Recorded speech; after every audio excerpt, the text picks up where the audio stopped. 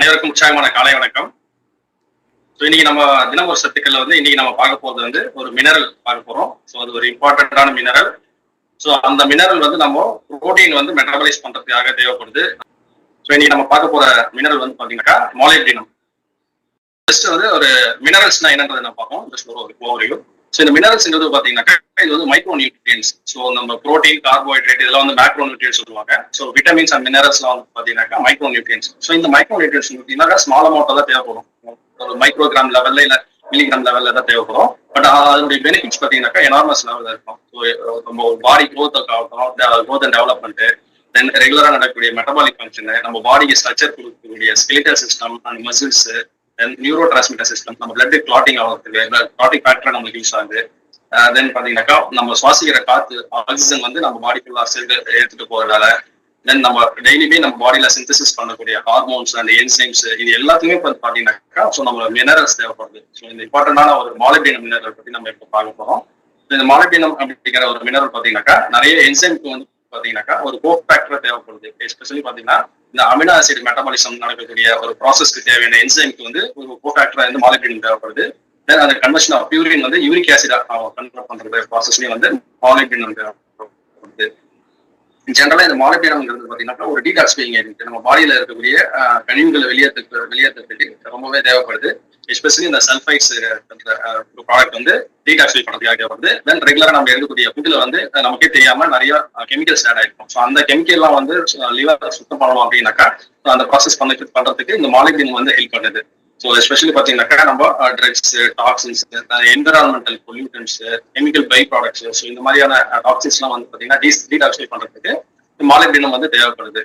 அதுக்கப்புறம் பாத்தீங்கன்னாக்கா நம்ம இந்த கனெக்டிவ் டிஷ்யூஸ், டெண்டான்ஸ், லெகமெண்ட்ஸ் இந்த ஸ்ட்ரக்சரல் ஃபார்மேஷன் பண்றதுக்காக நமக்கு இந்த மாலிப்டினம் தேவைப்படுது.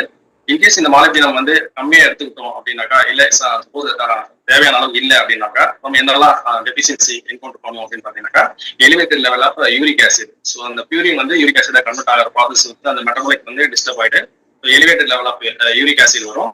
தென் சல்ஃபர் மெட்டபாலிசம், எஸ்பெஷலி பாத்தீங்கன்னா இந்த சல்ஃபர் கண்டெய்னிங் அமினோ ஆசிட் சொல்லுவாங்க, சிஸ்டைன், மெத்தியோனைன். ஸோ இது ரெண்டுமே மெட்டபலைஸ் பண்றதுக்கு நம்மளுக்கு மாலிப்டினம் தேவைப்படுது. அப்படி இல்ல மெட்டபலைஸ் ஆகல அப்படின்னாக்கா நம்மளுக்கு சின்ன சின்ன சிம்டம்ஸ் பாத்தீங்கன்னா ஃபேட்டிக், வீக்னஸ் அதுல ஆரம்பிச்சு நியூரலாஜிக்கல் டிசார்டர் வரைக்கும் நம்மளுக்கு வரதுக்கு வாய்ப்புகள் இருக்கு.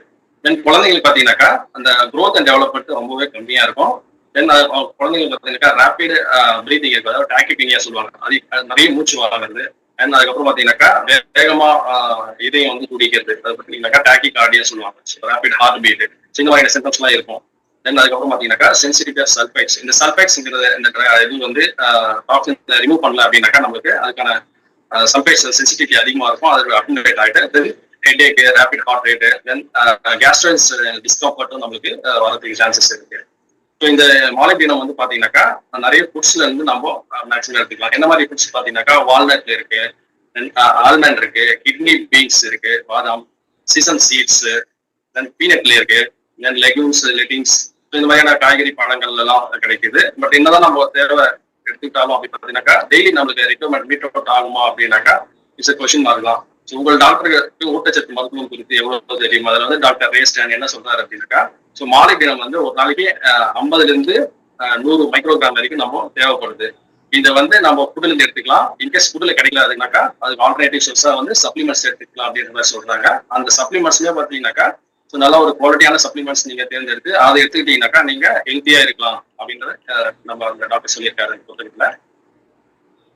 ஸோ இதுக்கு நம்ம ஆல்டர்னேட்டிவ் பாத்தீங்கன்னாக்கா நம்ம சப்ளிமெண்ட்ஸ் நம்ம நியூட்ரிலேட்ல ப்ராடக்ட்ல கொடுக்குறாங்க. ஸோ டெய்லி பிளஸ் பாத்தீங்கன்னாக்கா அடல்ட்டுக்கு, தென் கிட்ஸ் சியூவபிள் இருக்கு. இது மல்டி விட்டமின் குழந்தைங்களுக்கு. ஸோ அப்படி 13 இயர்ஸ் அது வரைக்கும் கொடுக்கலாம் குழந்தைங்களுக்கு.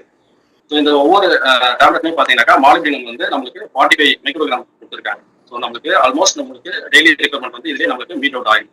இதுல பாத்தீங்கன்னாக்கா 45 மைக்ரோகிராம் இந்த அளவுக்கு மாலிப்டினம் கொடுத்துருக்காங்க. ஸோ எல்லாரும் இந்த டெய்லி பிளஸ் எடுத்துக்கிட்டு ஹெல்த்தியா இருக்கணும்ன்ற கேட்கிறேன். தேங்க்யூ.